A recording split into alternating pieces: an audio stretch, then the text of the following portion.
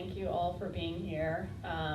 These are some of my favorite presentations are to community groups because I find that you guys are super well informed and ask awesome questions and are really engaged. So my only hesitation when I do these is I feel like you already know so much and I'm not sure how much I'm going to be able to add to your knowledge, but I hope I can a little bit.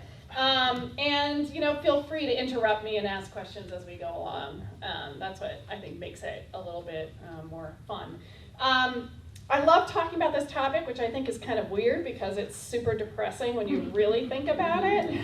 So I'm not quite sure what that says about me, the fact that I enjoy talking about climate change. I don't always enjoy thinking about it, but this is the path I've chosen. And as Lewis said, my current research is looking at the politics of mapping flood zones, which it's funny when your research sort of becomes super relevant as a result of current events. And so that research has been getting some attention, especially in the wake of the Houston flood. And so it's kind of exciting, and I'm excited to work on that. And I'd be happy if you guys have questions about that project, sort of what I'm trying to do with that. But today I'm going to stick to a more basic questions about climate change in the United States and the politics of it.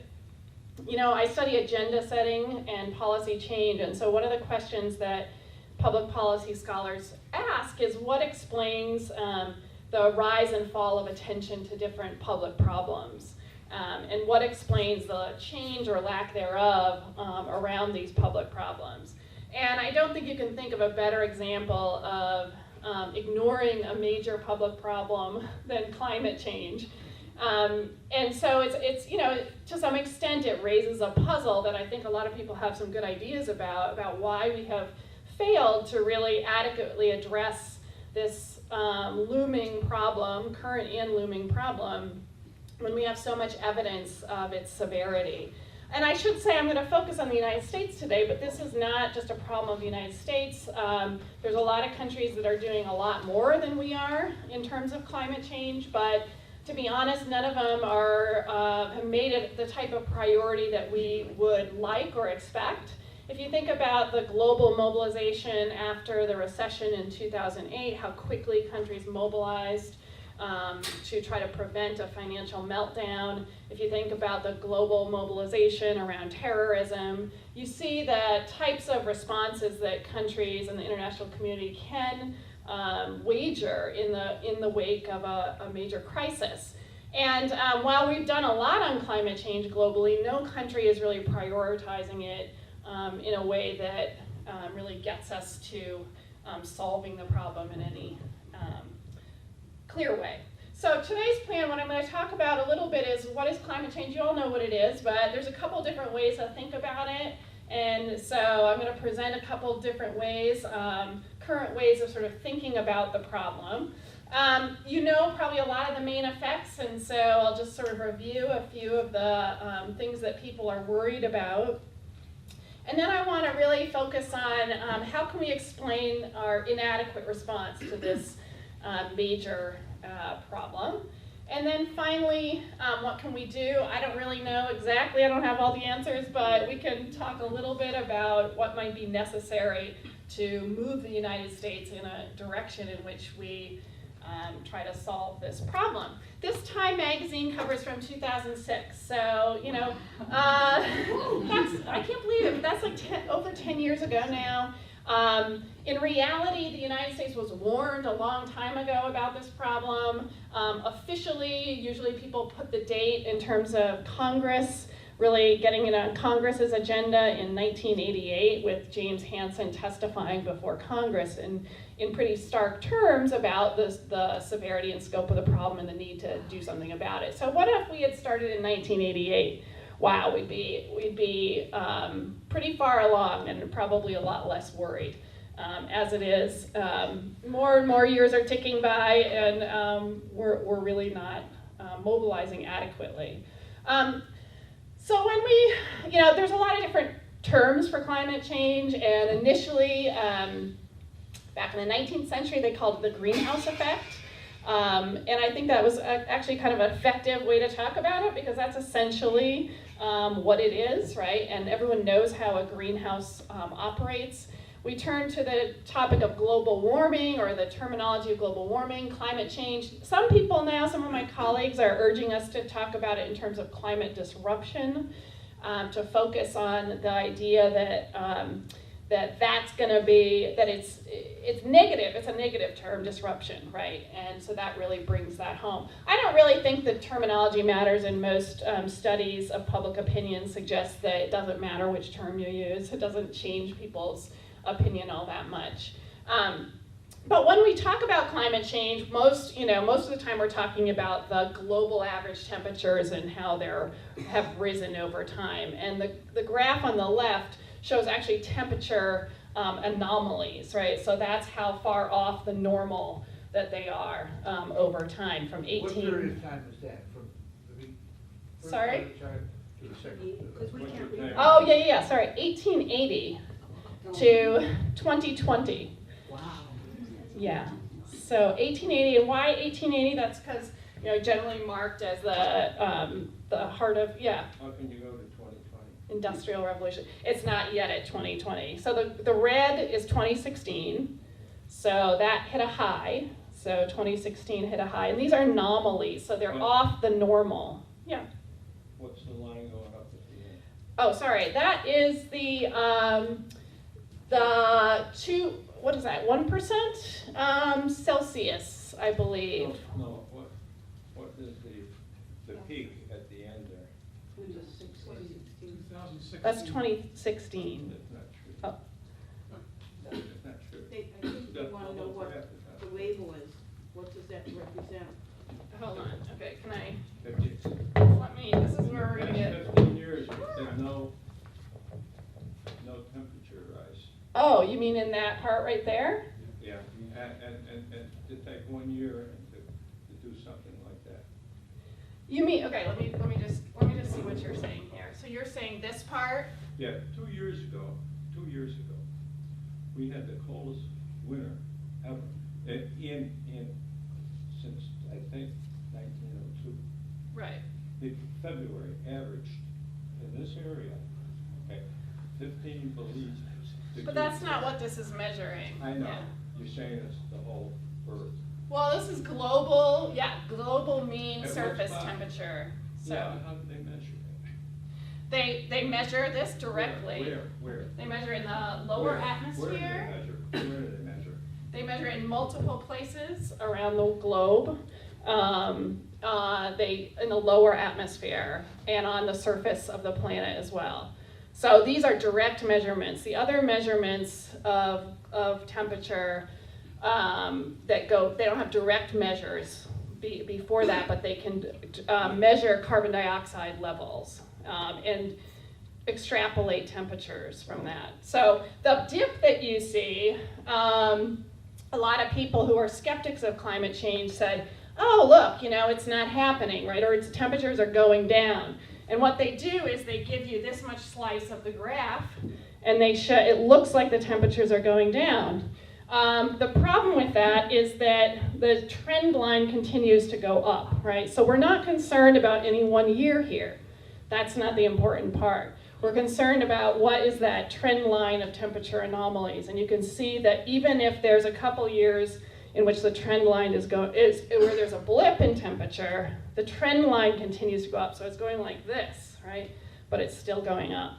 Why don't you give us a slice of the last 2,000 years? It's I have another graph that I can show you, and I actually have many of them that show historically, and we've never seen a temperature that high, right? And the other thing that's measured that we can directly measure is concentration of carbon dioxide in the atmosphere. So temperature is actually driven not directly by the emissions, but by the amount of carbon dioxide that's concentrated in the atmosphere.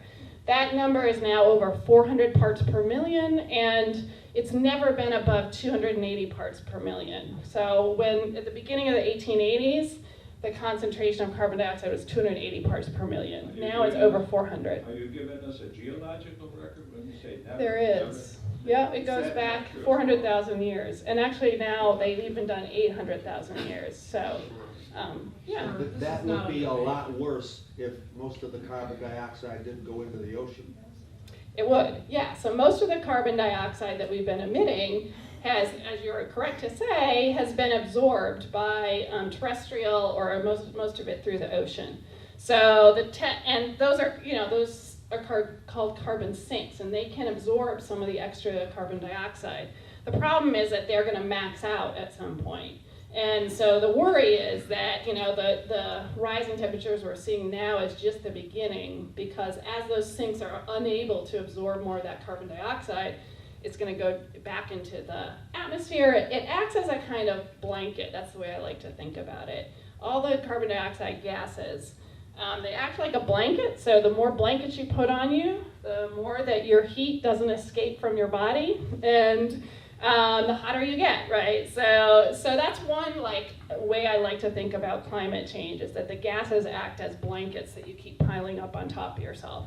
So the heat from your body cannot escape back. The heat from the earth can't escape back into the atmosphere.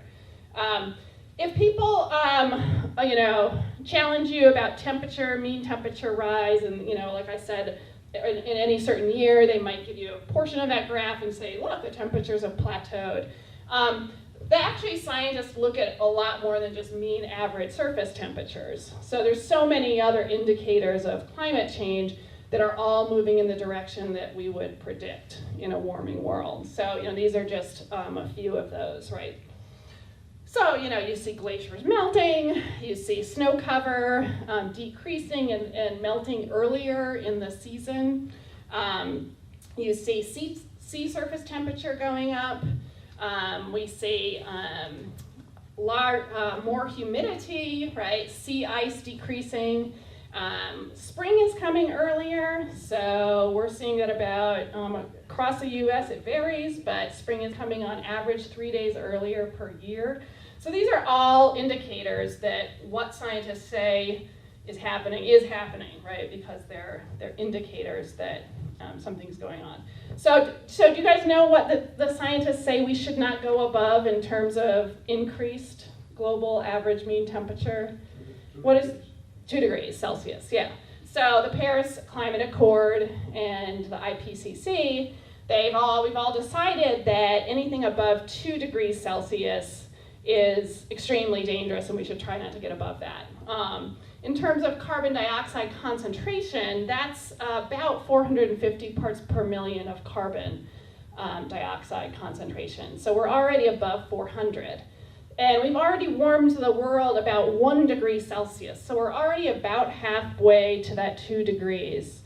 And so we don't have much left, right? That's kind of the point of that, right? To hit that 2 degrees. And even with just 1 degree Celsius, we're seeing all kinds of crazy impacts.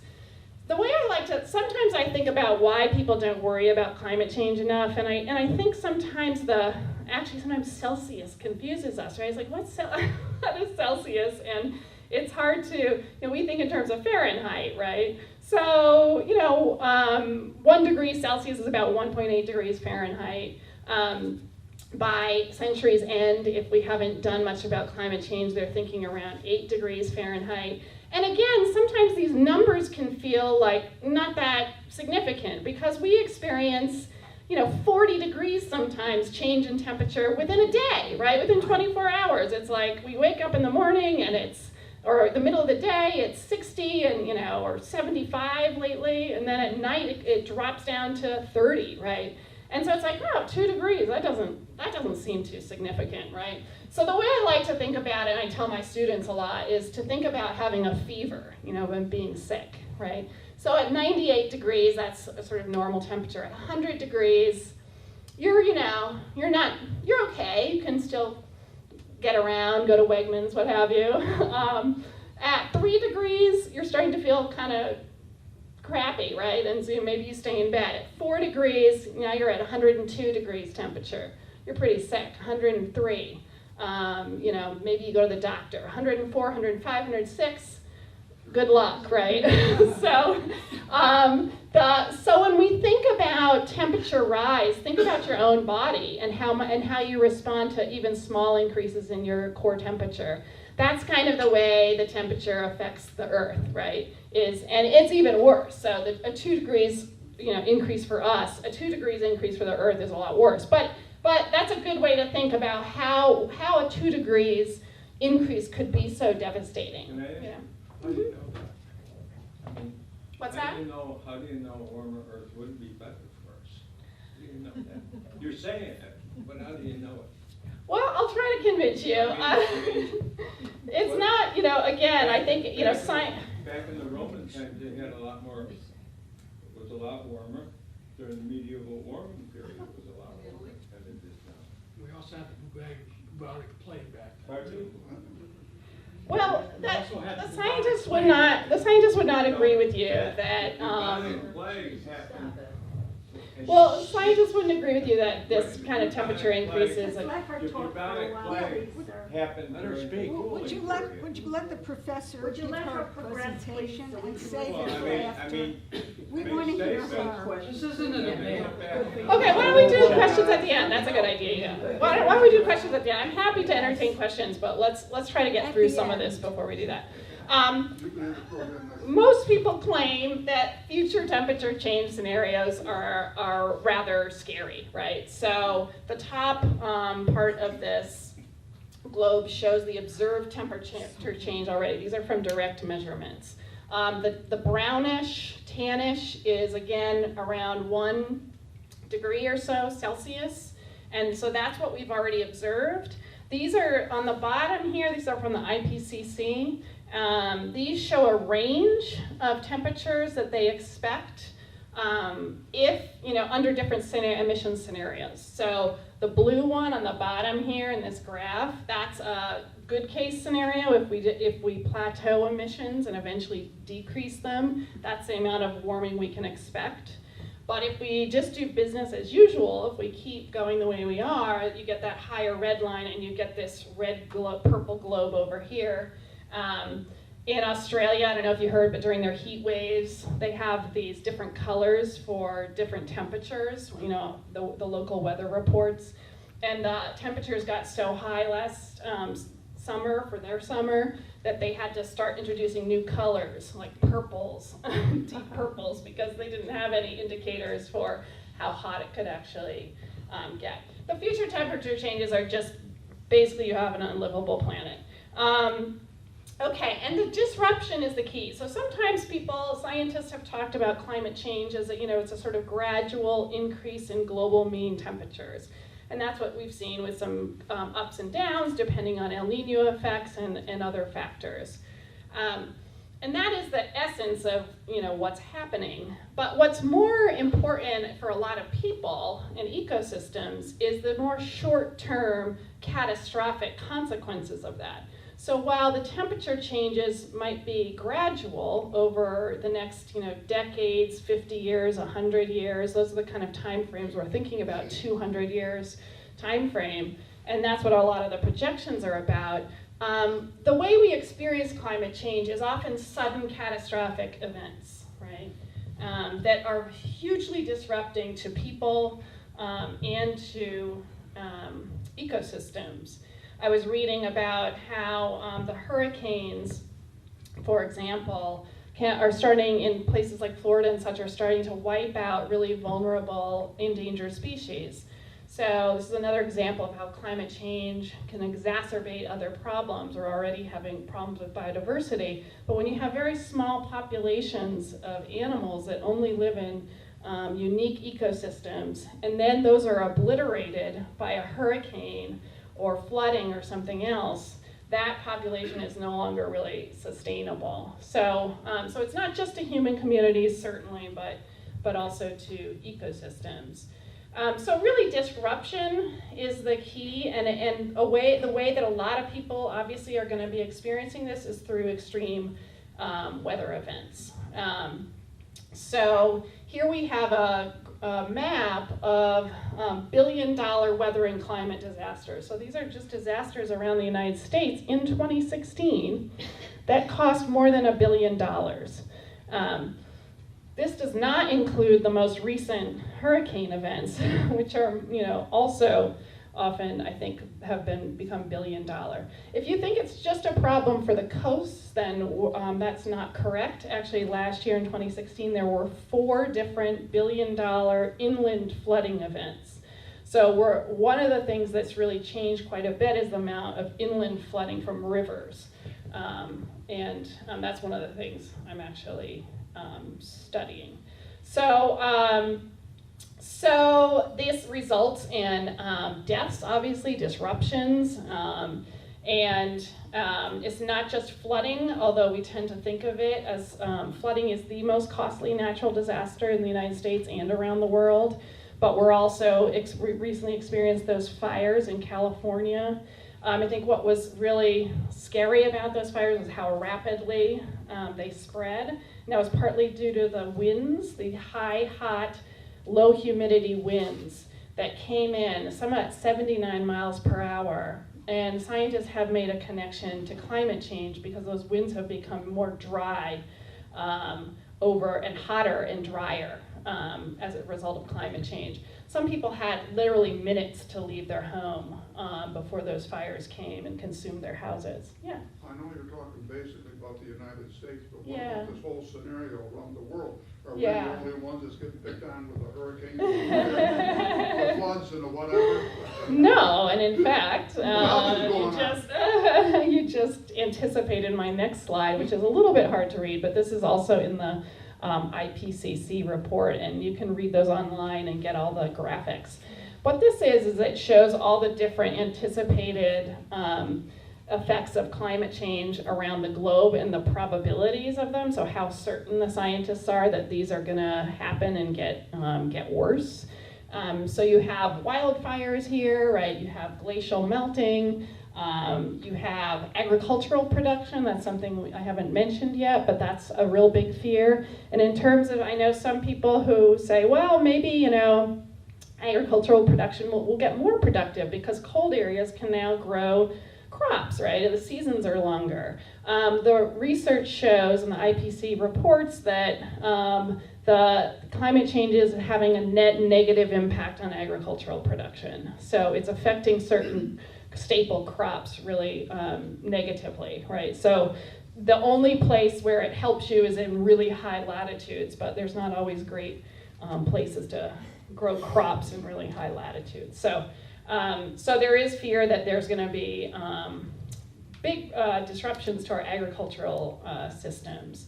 The changing melting of ice and snow is changing hydrological systems, right? That also impacts agriculture. Glaciers are continuing to shrink around the world. None of them are increasing. Glaciers are a really great way to measure climate change because the size of a glacier is affected by 2 things. One is snow, the amount of snow, and the other is temperature. And so glaciers are really a window into what's happening. They're not being rebuilt, right? So as the temperatures increase, they continue to melt. And I just read a kind of scary article about Antarctic ice sheets. I don't know if you guys saw that in the New York Times, but there's a couple shelves now that they think are about to break off down in Antarctica. If they do, the melting that could come from that could raise global sea level by 4 feet combined. That's just 2 of these ice shelves. So the ice shelves are ice that's floating on the water, but they're holding back some of the land ice. It's the melting of land ice that raises the sea level. Because obviously if it's floating in the water and it melts, it doesn't raise sea levels. But if it comes off, Those could impact anybody who's living in South Jersey or the shore of Florida or Oh, yeah. Carolinas, Oh, or yeah. maybe in LA, that area, probably Japan and all these places that have lots. there's billions of people that live on the coasts. We continue to move towards the coast, even though it's a stupid place to build a house and to live. We in Syracuse are not stupid. Yeah, people continue to move to coastal areas, and so there's huge populations, obviously, that live on the coast that are going to be impacted by this. I mean, they're having tons of sunny day flooding in Miami. These are days when it's just high tides that are flooding the city. So it's not storms. Just when the high tide comes in, they have a particularly high tide, and it's a sunny day, and you see the water bubbling out and flooding the streets, because the rock is very porous in Miami too. So that's another problem. So the water's coming up and it has nowhere to go except up into the streets. So yeah, so there's certain places that are probably going to be unlivable fairly soon unless they try, they adapt somehow. Miami, just as a side note, is trying to adapt by pumping out the water, right? So they have invested a lot of money in these pump systems.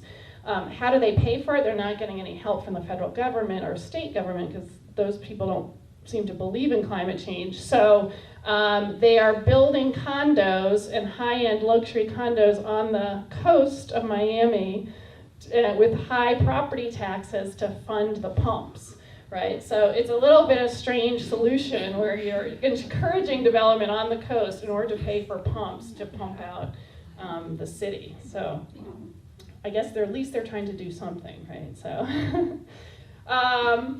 So one thing about climate change that I think is different from other public policy problems, things like the opioid crisis or terrorism, or name another huge problem that we're facing, educational gaps in our educational achievement, right?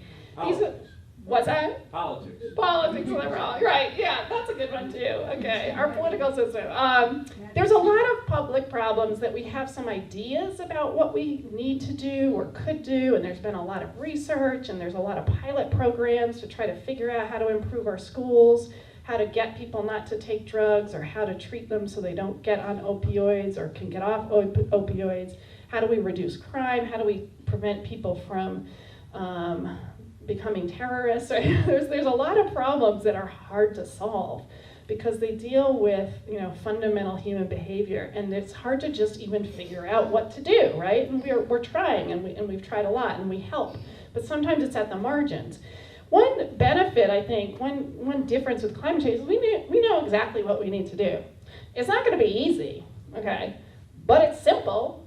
You stop burning carbon-based fuels, right? So in that sense, there's a little bit of a leg up from some of these other conundrums that we're facing. We know exactly what we need to do. Go on a really strict carbon diet and then get down to zero, right? So some of us maybe have dieted before. We know what this is about. What we are trying to do again? We have to limit the global temperature to just 2 degrees. We're already 1 degree there. So some scientists think of this as a carbon budget, right?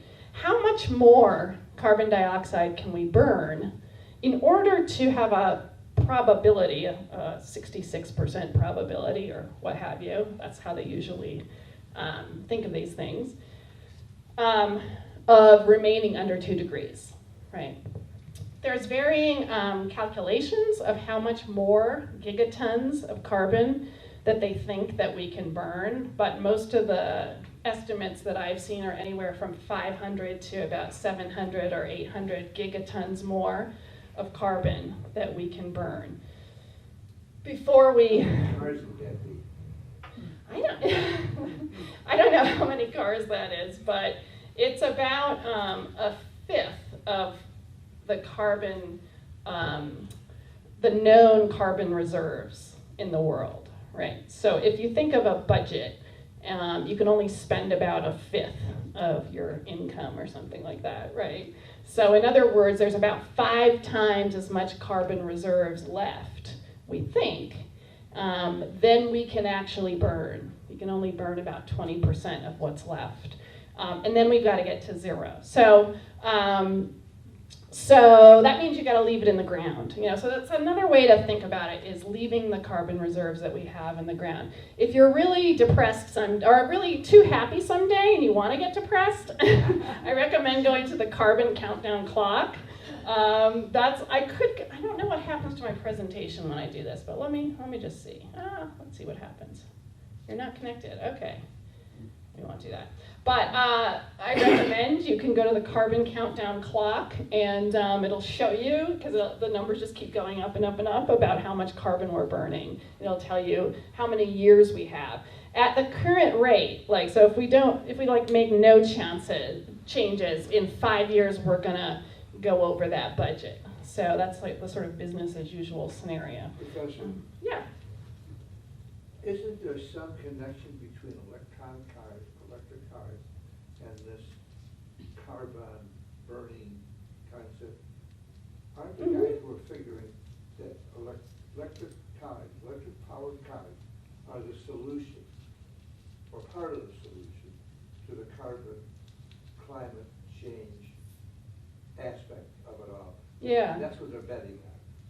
Yeah, especially if those electric cars are being powered by renewable energy down the road. Even if you're just powering it by a natural gas, let's say the electricity is coming from the burning of natural gas, you're still much better off than burning oil in a combustion engine. So electric cars win no matter what, but they really win if they're getting their charge obviously from solar or wind. But even if not, they do better. They're more efficient ways of moving people forward than combustion engines. So basically what we're looking for, so we know what we need to do. Massive reductions, get down to zero. Here's some scenarios for how much reductions in emissions we have to do going out to 2050. These are different pathways to get to 2 degrees Celsius warming, or 3.6 Fahrenheit. So that's another way to think of it. That's the global emissions. So we can, these are different peak years, right? We've already gone past 2015 and 2020. So if we're waiting to 2020, right, this is the idea behind these graphs, is if you wait, the longer you wait, the more severe the reductions have to be and more quickly. If we had started in 1988, when Hansen warned, we could have been reducing all along, right? And it would have been a much more gradual process that we could have done, which is less disruptive too. When you're changing your economy from a carbon base to a non-carbon base, you want to have some time to do that. We should have started a long time ago. It would be easier. Now we have to really ramp it up pretty quickly. Okay, so we know what to do, and we know how to do it largely. So that's the good news for climate change. We know how to solve the problem, and we largely have the technology to do it. Even if we're not quite there, the longer we wait, the harder it's going to be to solve with current technology. That's the other issue. So scientists are sort of changing their mind a little bit about this. We have the technology, but if we wait too much longer, we're going to have to wait for future technology to suck carbon out of the air. And that's unproven, and it's going to be really expensive. So better to start now. So the technology is available, but the scale is really daunting. So again, it's going to be a major ramp up, a major change. Huge investment, $2 to $3 trillion, just to replace the electric sector and to make it non-carbon. And then we need policies to shift to a non-carbon based economy and society, right? Is that globally? That's just for the U.S., 2 to 3 trillion. Well, China and some of these other countries, they're not doing it. They're still using coal by the tons. We now have an administration that just relaxed the rules on coal burning in this country. We can't do it alone. And our businesses are paying a high price for our rules and regulations. But China, whatever, they're doing whatever they want. Well, that's why things like the Paris Climate Agreement is so important, right? And the bilateral agreement that Obama made with China, because it really did get China finally on a path to peaking their emissions and then decreasing them. They're also doing a great job in ramping up the renewable energy sector. So they have brought their manufacturing has really brought down the cost of renewables around the world, of solar power. So they're actually helping our solar sector quite a bit by driving down prices. They've really decreased a lot. So China, yeah, but certainly, I mean, it's not just the US, right? I mean, that's why it has to be a global effort. Yeah. I think China just had an official mandate that they're going to electric cars also. the thing is with China, like, yeah, they're a huge problem, but they can also make changes really quickly in their economy. I'm not saying that's a good system, it's not a good political system, but they certainly can make changes very rapidly. Yeah. What's the picture at the top right? Those are solar panels in a big, that's like industrial solar. Okay. So what I'm trying to say here is it's not just a solar panel on your house, which is great. We're gonna have to have massive solar fields, and probably solar thermal plants to find some way to store that energy so that it can be used as a base load energy at some point. Not quite there yet. Okay, so we know what to do. Here's an example of what we need to do. This is an estimate from the International Energy Agency. This would be globally. To replace carbon sources every year, if the world wanted to replace carbon sources every year until 2050. Just look at it. So they include coal because they figure coal's still going to be used in places like China. But if we use coal, then you have to have some kind of carbon capture and storage associated with those plants. You have to build 30 nuclear power plants per year. Onshore wind turbines as well as offshore geothermal photovoltaics and solar thermal plants, that's what I was talking about. That doesn't include the need to build electric cars and perhaps down the road hydrogen fuel cell vehicles, right? So this is just the electric sector. So it's gonna take a lot, but we can do it. So there's like good news, bad news. So we can do it, we know how to do it, and we can pay for it. So most of the economic analyses out there, right, suggest that the cost of doing nothing is far more expensive than the cost of doing something on the order of trillions of dollars. So there was a well-reviewed, although not uncontroversial, economic review of climate change several years ago by a British economist who said that if we decarbonize our economies, it would cost about 2% of global GDP. For the US, the estimates are actually less than that, less than 1% of GDP. So if we had something like a carbon tax, for example. The benefits, however, are huge, right? So the most economic analyses show in the long term that we save a lot more money by addressing climate change now than waiting for the ill effects down the road, which are very costly. It would cost about 75 cents per person per week to completely decarbonize. Yeah. $35 a year. About $35 a year. Give or take. Yeah.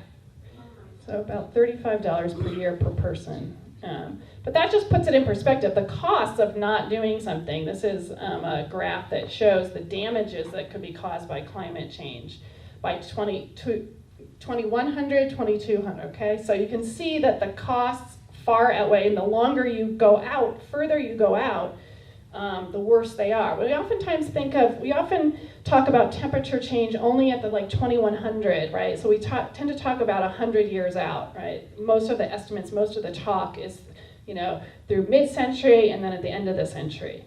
That ignores the fact that the climate will keep warming after that, right? So we don't do anything. It's not like it stops at 2100, right? It doesn't stop at 2 degrees. So what we're looking at is over the long term, more and more costly scenarios. So we can pay for it. It's not outside, especially in the United States. That's a very wealthy economy. So what's the problem? We know what to do. We know how to do it. We can pay for it. So what I always say is that the problem is the politics, right? It's not these other barriers that oftentimes also stand in the way of taking significant action to address a problem. For climate change, it's largely the politics that stood in the way. And one of the ways we first think about politics often is to look at the voters, right? What issues are voters concerned about? Because the ideal democracy system is where our leaders are responsive to voters' concerns. So if it's on the agenda of voters, it's something they're really concerned about. We hope at some point our leaders become responsive to those concerns. So what is the level of concern among the American voters? It's not zero, and in fact it's growing, so people do express some concerns over climate change. But historically, it has not been that high. It varies, it goes up and down, and it's not a highly salient issue. So if asked about your concern of climate change on a survey, you might express moderate to high levels of concern. But if you talk, about, if you said, well, what are the most important problems facing the country right now? You're unlikely to say climate change. Most Americans do not put climate change as their most important problem. So in other words, it's not highly salient. It's not the thing that's top on your mind. It's not what you're talking about at the water cooler. And oftentimes, politicians respond much more to what's salient, not to a random poll number, right? If the poll number is not it's not an issue that people are talking about, they're not facing a lot of political pressure to do anything about it. This is also, I can't get to it, but I would encourage you, when you're on the internet, it's the Yale Center on Climate Change Communication, and it shows across the country different levels of concern, and there's different questions that they've asked. So, this is about whether you believe it's human cause. They'll have others about whether you think scientists agree on climate change, and that's actually a fairly low number, which is a little scary. So in other words, Americans don't think scientists agree, which is not true, right? And when you think that there's uncertainty about a problem, you tend not to worry about it as much. That's why that uncertainty thing really matters. So are we worried, very worried? Not entirely. So like I said, concern about global warming has actually ticked up quite a bit in the last year. So that's I think, some good news. But over time, as you can see in this graph on the left, from 1989 to 2013-14, you can see that Americans' worry about environmental problems is generally on the decline, right? So it's a downward trend. And global warming is at the bottom, right? So if you talk about other environmental problems, people are more worried about things like drinking water and air quality. Global warming, even though scientists think that it's gonna, the sort of mega environmental issues of our time, actually ranks fairly low in terms of priorities. Yeah? How does that correlate to the amount of attention it gets in the media? That's a great question. I'll show you in a little bit. That's a great question. Yeah, because a lot of, and why that's a great question in part is because people are primed by what the media is covering, right? So when you ask what's the most important problem, it's oftentimes what you've just read about in the newspapers the last couple of weeks. That's not true for things like the economy. That tends to always be an important issue for Americans and pretty salient. But for other issues, it's oftentimes what's been in the news, right? So, yeah. On your last slide, you had the picture of the country, and the west and east coast were one color and the rest of the Yeah. What was the difference in those two? And it probably, it ties into partisanship. So the coasts tend to be more blue and Democrat. The middle of the country and the southeast, it tends to be a little bit more conservative. And so it's not perfectly mapped that way, but I'm going to show you some other data that show you. So some of those differences had to do with partisanship. So in the abstract, again, if you just asked on a poll, majorities are worried, and that's good, as they should be. And majorities support some kind of federal action on climate change. But I love this quote by Dave Roberts. He's a columnist for Vox. He writes a lot on environmental politics. He says, "But poll results do not attend town halls or write members of Congress or exhort their fellow citizens through ideological media. Constituencies do that," right? So is there a real organized constituency around climate change? To what extent are people translating their concerns about climate change into the voting booths, onto the streets? That's what in politics really matters a lot more than just answering a poll question. Someone asked about media coverage. Media coverage of climate change has not always helped in terms of, oh, is this still on? did I do something? So coverage of climate change has not always helped in terms of maintaining high levels of concern. The graph on your left shows the number of stories in the mainstream news media, US news, of climate change over time. And what's noticeable about this is obviously it goes up and down, but it's gone down in recent years, even though scientists are way more worried than ever before, and we've hit more record high temperatures than ever before. So the problem's kind of going like this. The media coverage is like, and then it goes down, right? The number of minutes that are devoted to climate change on broadcast news are not particularly high, as you can see here. And again, they seem to go up and down without any real connection to the level of concern that scientists have over this. This again shows a kind of lack of serious coverage of the issue. These are the number of total minutes on the mainstream news, like ABC, NBC, CBS, Fox, of climate change, right? If you think 39 minutes for the year is good enough, then I don't know. I can't agree. On the right, it's not just climate change that isn't getting covered very much. Certainly during the election, it knocked off a lot of issues, but you'd think the election would be a vehicle for talking about issues as well. Unfortunately, this former election was not a great vehicle for talking about public policy problems and issues. You can see here that policy coverage was really minuscule. That's the number of minutes on the major news evening programs that covered policy, any kind of policy. 32 minutes from January to October. Hillary's emails got quite a lot of coverage though, so. The other thing, so one thing we look at when we think of media coverage is the amount of coverage, because that really drives people's levels of concern and salience, right? If it's not in the news, you're not thinking about it. The second thing that scholars try to look at is then what is that coverage like? What is the content of the coverage? Initially, the way the media covered climate change was through a sort of false balance frame, right? So some scientists say this and other scientists disagree, right?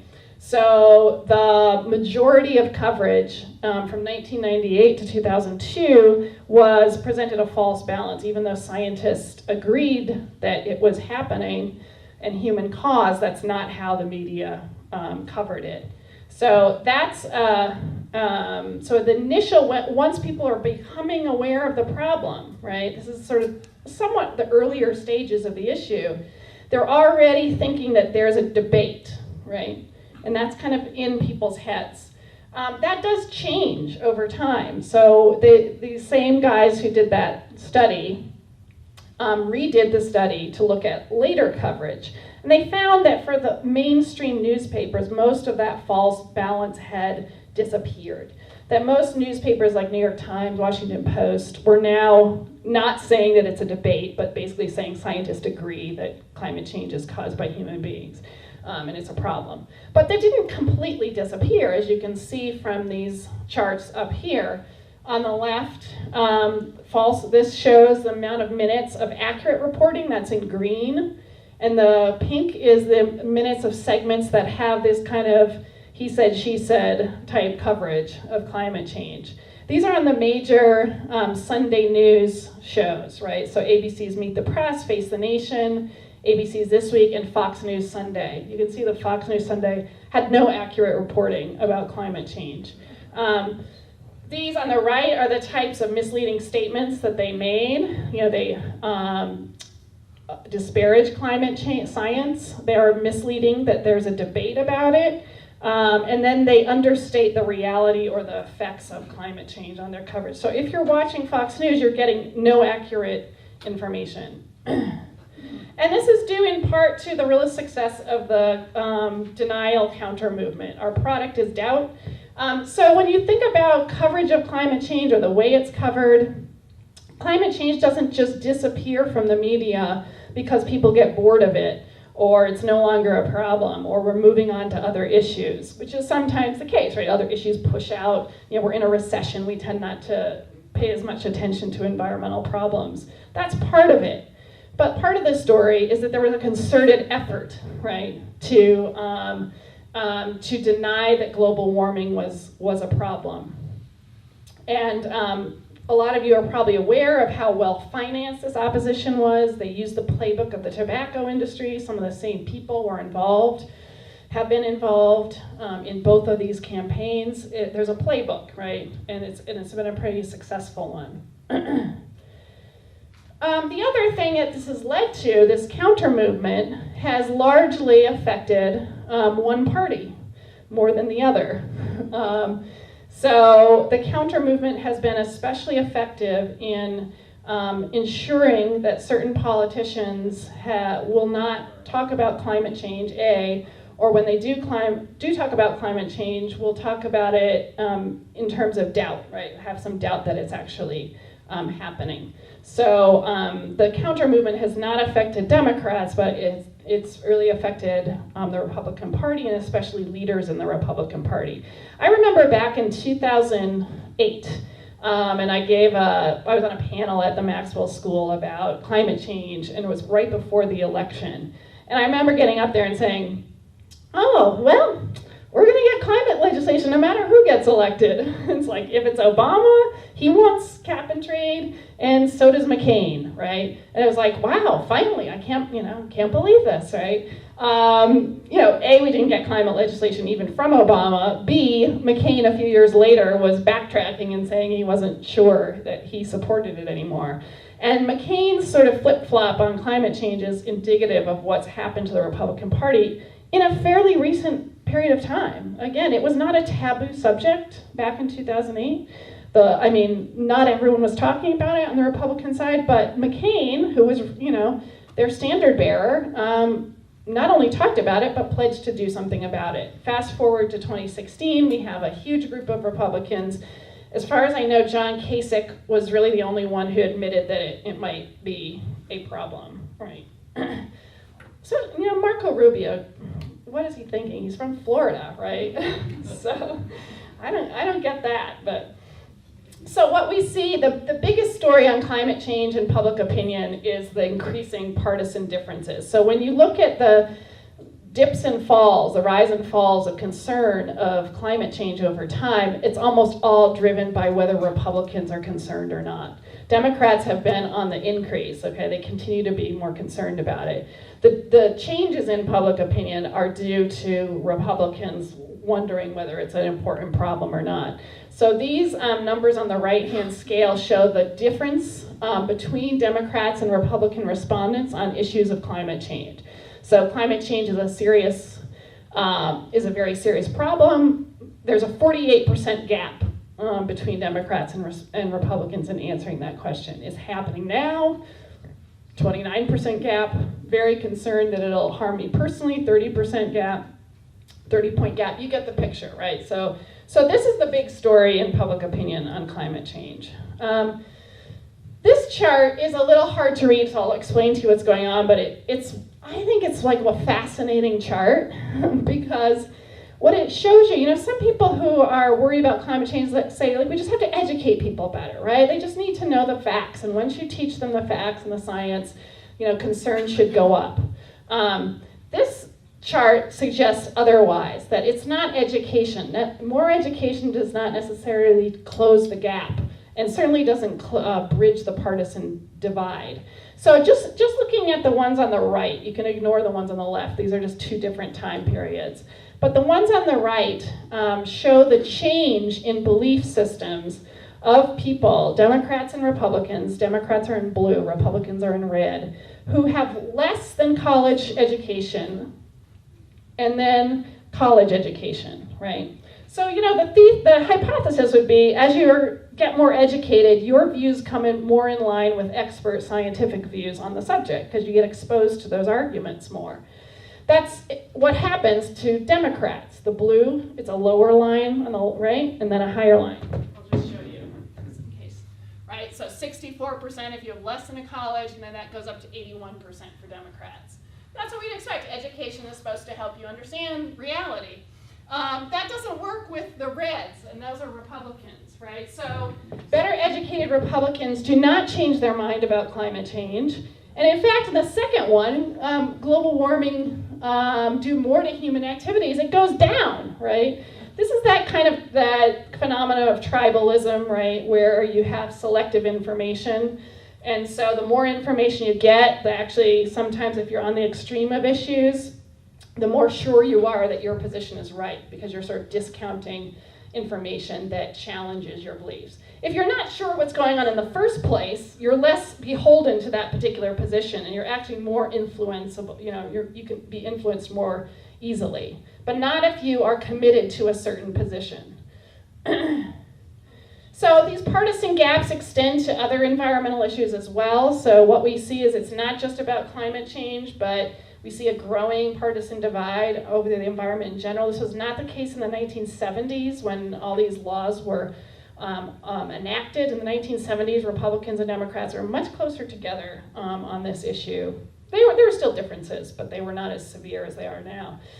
But it's another important point is that the public is getting increasingly partisan around environmental issues, but not as much as Congress. So this is true of a lot of issues. The public is way less polarized than the elites in Congress are, right? So if you look at elite polarization on the environment, then you're really talking huge gaps. These are the LCV scores. So these are scores from League of Conservation voters. And over time, they rate the individual congresspeople based on their environmental voting record. And again, you can see that back in the 1970s, it was, there was some distance, but not that far. And it's just grown since then. And that's true for many, many issues, but environment is one of the most polarized beyond, right after social welfare programs. Why is this important, elite polarization? Because most of the research shows that public opinion on climate change is driven by elite discussion.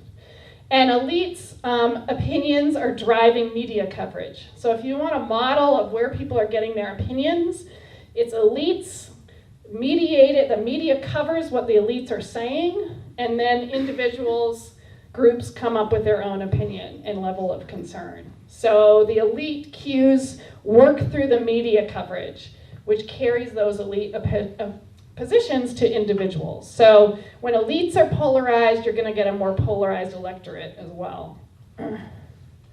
And what do you get? You get a Congress that where there's a lot of people who don't even believe in climate change. That doesn't really reflect the American public, by the way, which even slight majorities of Republicans believe that climate change is happening. They're just not sure it's all due to human causes.